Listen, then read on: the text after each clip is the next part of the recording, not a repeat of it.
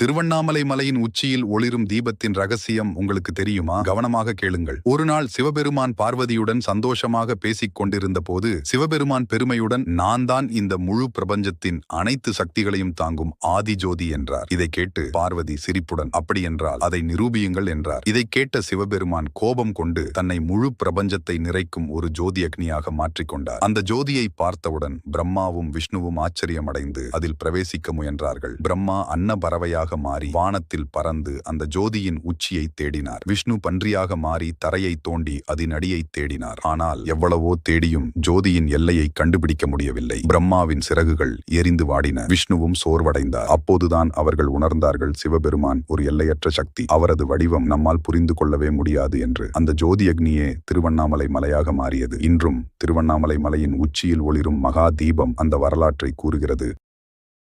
Download ShareChat.